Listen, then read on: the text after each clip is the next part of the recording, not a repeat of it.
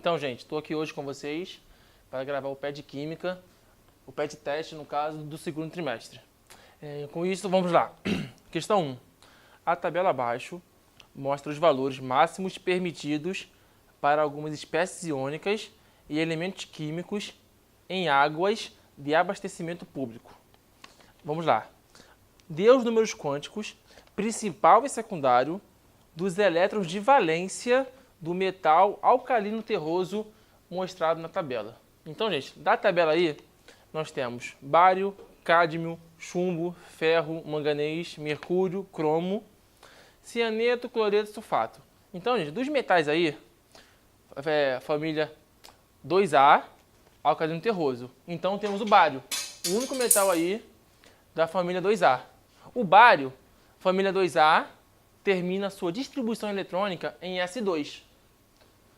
Por ser do sexto período, família 6A. Sexto período, 6 níveis de elétrons. Então aqui, ó, sexto período, eu tenho 6 níveis.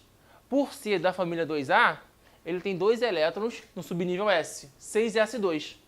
Essa é a sua camada de valência. Qual é o número quântico principal? O principal é exatamente o nível. Se eu tenho aqui 6 níveis, o número quântico principal é 6. E qual seria o secundário? O secundário é referente ao subnível. Se é subnível S, o secundário é 0. Então a resposta seria N igual a 6, L igual a 0. Questão 2. Considerando a nova recomendação da IUPAC para a numeração dos grupos da tabela periódica D1 a 18 e os 4 números quânticos do elétron de maior energia de um determinado átomo no estado fundamental, N igual a 5, L igual a 1, ML igual a 0 e MS igual a mais meio. Encontre a seguinte soma: número atômico, número do grupo, mais número de elétrons da camada de valência para este átomo. Observe que, por convenção, o preenchimento de elétrons em um subnível segue a ordem crescente dos valores numéricos ou dos valores dos números quânticos magnéticos, em que o orbital, ao entrar pela segunda vez, o segundo elétron possui spin positivo. Então vamos lá, gente. Se eu tenho N igual a 5, significa que meu nível é 5. Se eu tenho L igual a 1, significa que meu subnível é o P. Então basta encontrar agora a quantidade de elétrons. Como que eu sei que o subnível é P? Eu tenho 3 orbitais, onde eu tenho menos 1, 0 e mais 1. Ele me deu que o número quântico magnético é 0. Então o último elétron, ele entrou aqui no 0. E como ele me deu que o spin é mais meio, e na questão ele me disse que o spin positivo é o segundo a entrar, então vamos lá. Vou preencher primeiro os spins para cima, que é o menos meio. 1, 2, 3. Agora vou preencher os positivos, que são os para baixos. 4, 5. Então, o último elétron entrou aqui, no 0. E temos 5 elétrons. Então, é 5p5. Se você fizer a distribuição eletrônica até chegar no 5p5, tu vai chegar no iodo. O iodo que tem 53 prótons. Então, qual a resposta dele? Ele quer o número atômico, que é 53, mas o seu grupo, o iodo, está no grupo 17, mais os elétrons da camada de valência. Como ele é do grupo 17, ou 7A, ele tem apenas 7 elétrons na camada de valência. Esse somatório aqui vai dar 77. Questão 3. No Brasil, um país com recursos hídricos invejáveis, a produção de energia elétrica provém em sua grande maioria de usinas hidroelétricas. Entretanto, em países europeus, como a Alemanha e a França, a produção de eletricidade provém dos reatores de usinas nucleares. Em um processo radioativo, um isótopo A, de número atômico 92 e de massa 238, foi convertido a um elemento químico B, de número atômico 88 e massa 226. Vamos lá. Considerando essas informações, qual é o número total de partículas alfa e partículas betas emitidas?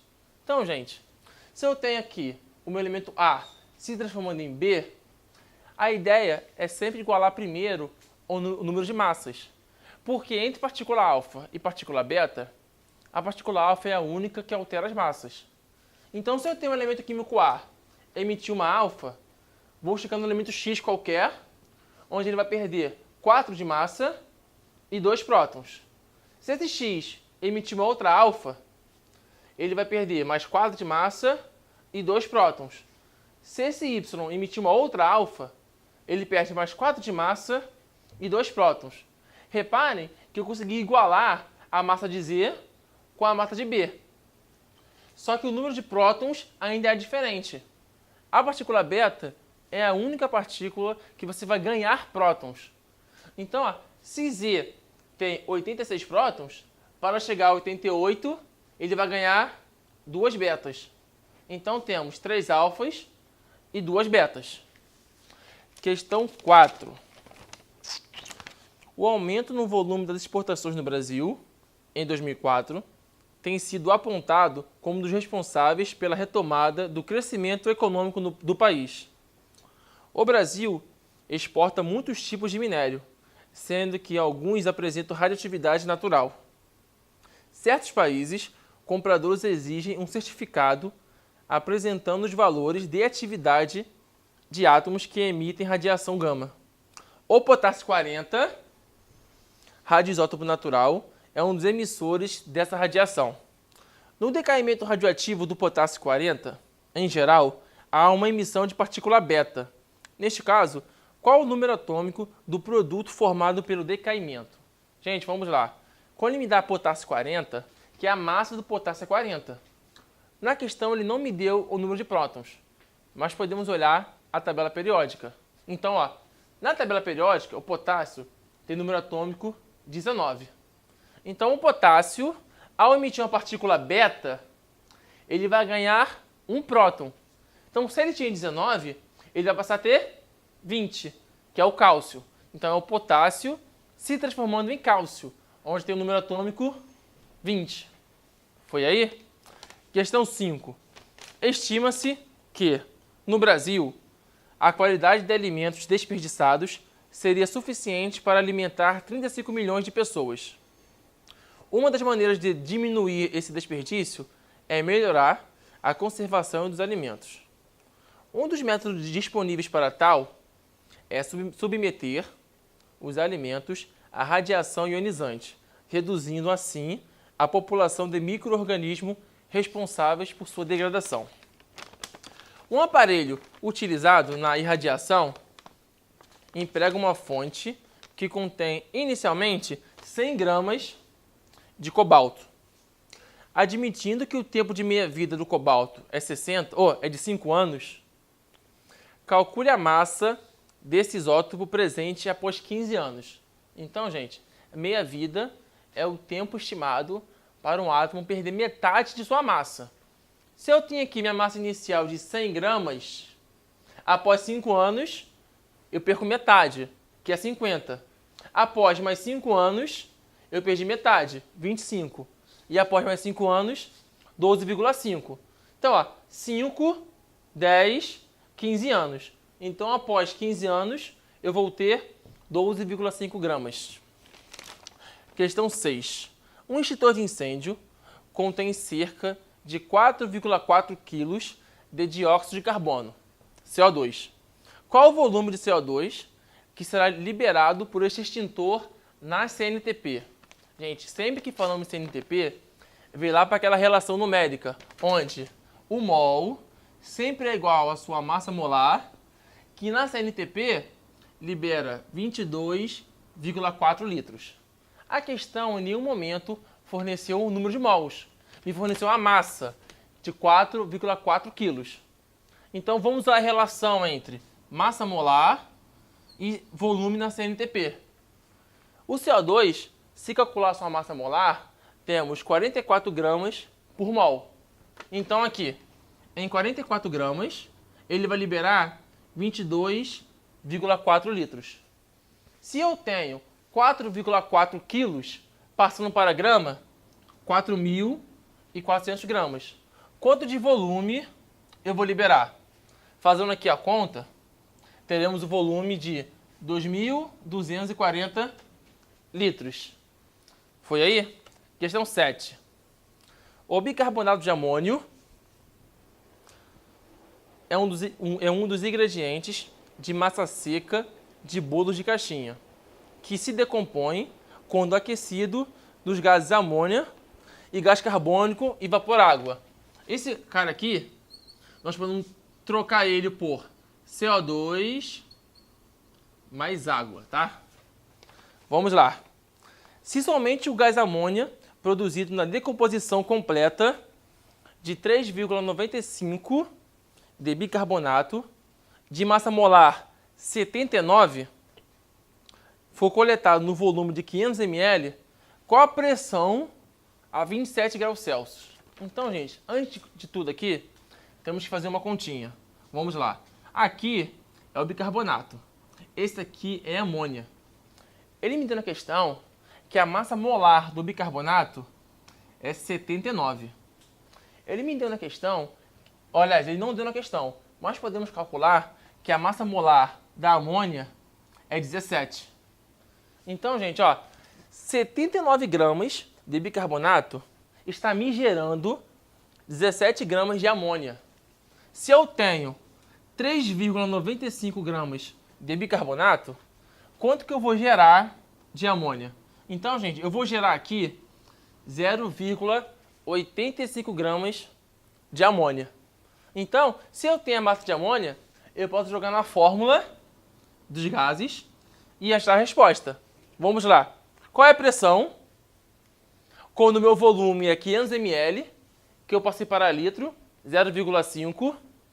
Quando a minha massa é 0,85, dividido pela sua massa molar, vezes o R, que é um valor fixo, R, e a temperatura em Kelvin. Joguei na fórmula. A resposta vai dar 2,46 atm. Foi aí? Vamos lá, gente. Questão 8. Algumas companhias tabagistas já foram acusadas de adicionar amônia aos cigarros, numa tentativa de aumentar a liberação de nicotina, o que fortalece a dependência. Suponha que uma amostra de cigarro libere 2 vezes 10 a menos 4 mol de amônia a 27 graus Celsius em 1 atm. Qual o volume de NH3 em ml? Então, gente, vamos lá. A pressão que ele me deu foi 1 vezes o volume igual 2 vezes 10 a menos 4 mol vezes o R, 0,082 vezes 300, que é a temperatura em Kelvin. Essa resposta vai dar um valor em litro. Mas como ele quer em ml, nós vamos pegar esse valor e multiplicar por 1000, que vai dar 4,9 ml. Questão 9. Nos parques, as crianças se divertem e às vezes se entristecem com os balões que sobem espontaneamente no ar. Esses balões são, em geral, inflados com hidrogênio, que é o gás mais leve que se conhece. Como este gás é muito inflamável, usa-se atualmente o gás hélio.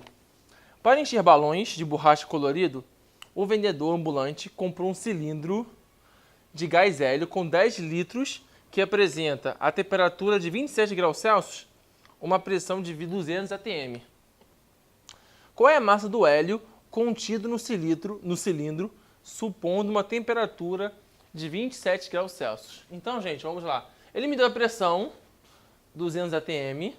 Ele me deu o volume, de 10 litros, igual, bem, a sua massa que ele quer descobrir. Como é gás hélio, e se tu olhar a tabela periódica, ele tem massa molar 4, vezes o R, vezes a temperatura em Kelvin, 300. Então, calculando aqui, temos uma massa de 325 gramas de hélio, tá?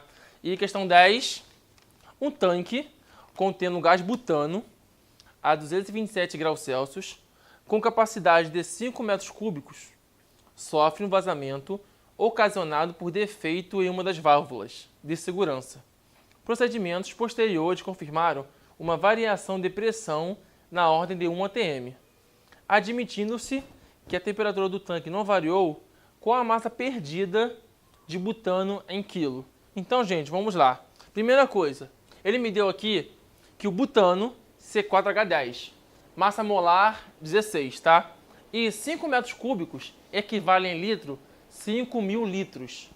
Então, jogando aqui na fórmula, onde a pressão é 1 atm, o seu volume em litros, que é 5.000, e igual a massa que ele quer descobrir, dividida pelo volume, ou pela massa molar, 16, vezes o R, vezes a temperatura em Kelvin.